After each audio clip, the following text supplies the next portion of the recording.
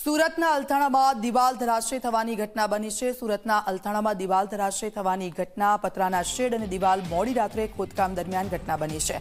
ઘટનામાં સદનસીબે કોઈ જાનહાનિ નથી થઈ। સોસાયટીની બાજુમાં ચાલી રહ્યું છે કન્સ્ટ્રક્શનનું કામ અને શેડ પડવાના લાઈવ દ્રશ્યો સામે આવ્યા છે। દિવાલ અને શેડ ધરાશય થતા પાર્ક કરેલી અંદાજે 10 થી 15 કારોને ભારે નુકસાન પહોંચ્યું છે।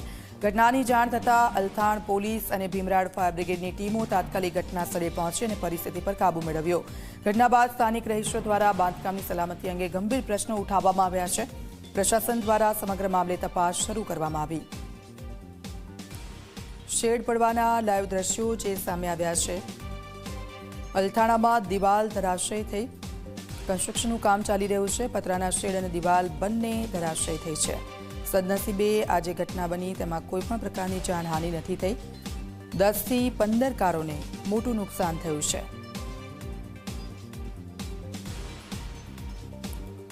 સુરતના અલથાણામાં દિવાલ ધરાશય થઈ। આપ જો કન્સ્ટ્રક્શનનું કામ ચાલી રહ્યું છે। દિવાલ અને શેડ એક સાથે ધરાશય થયો। જાનહાનિ નથી થઈ પરંતુ જે ત્યાં કાર પાર્ક કરી હતી તે કારોને ભારે નુકસાન થયું છે। 10 થી 15 જેટલી કારોને નુકસાન